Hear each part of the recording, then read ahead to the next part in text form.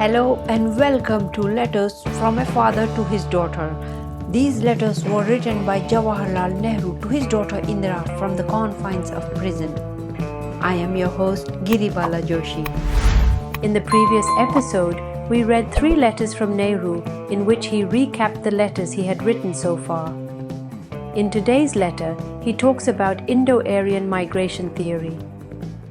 Letter 29. The Aryans come to India. So far, we have discussed very old times. We shall now see how man developed and what he did. All these old times are called prehistoric, that is before history, as we have no real history of that period. We have to guess a lot. We are now on the verge or edge of history. Let us see what happened in India first. We have already seen that in the very old times, India, like Egypt, had a civilization. There was trade, and ships carried Indian goods to Egypt and Mesopotamia and other countries. In those days, the people who lived in India were called Dravidians. They are the people whose descendants live in South India, now round about Madras. These Dravidians were invaded by the Aryans from the north. There must have been enormous numbers of these Aryan peoples in Central Asia, and not finding there enough food for all, they spread out to other countries.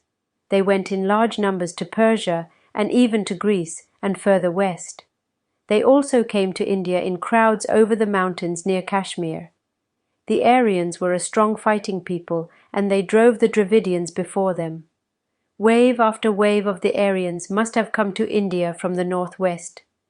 Perhaps at first the Dravidians stopped them, but when more and more came they could not be stopped. For long the Aryans remained in the north, only in Afghanistan and the Punjab. Then they came further down to what are now called the United Provinces, where we live. They went on spreading till they came to the Vindhya mountains in central India.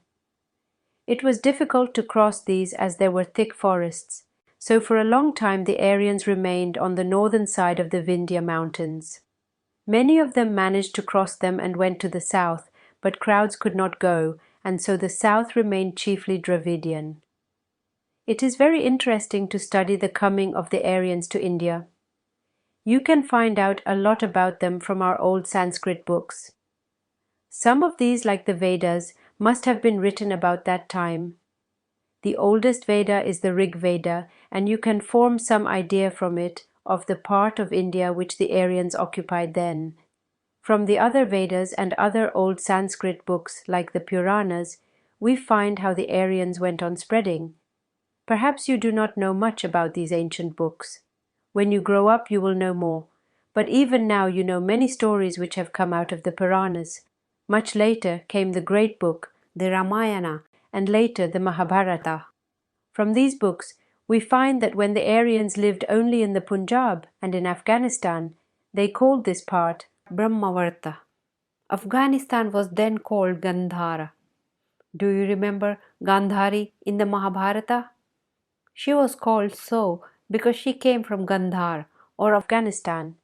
Afghanistan now is a separate country from India, but in those days both were one country. When the Aryans came further down to the plains of the Ganga and Jamuna, they named all northern India Aryavarta. Like the other people of olden times, they settled down in cities on the banks of rivers. Kashi or Benares, Prayagaraj, and so many other cities are all situated on river banks. End of letter 29. In his next letter, Nehru sheds more light on early Aryans who settled in India. On this channel, you will find several videos related to Nehru. I am Giribala Joshi. Please like my videos so that together we can spread factual historical information among more people.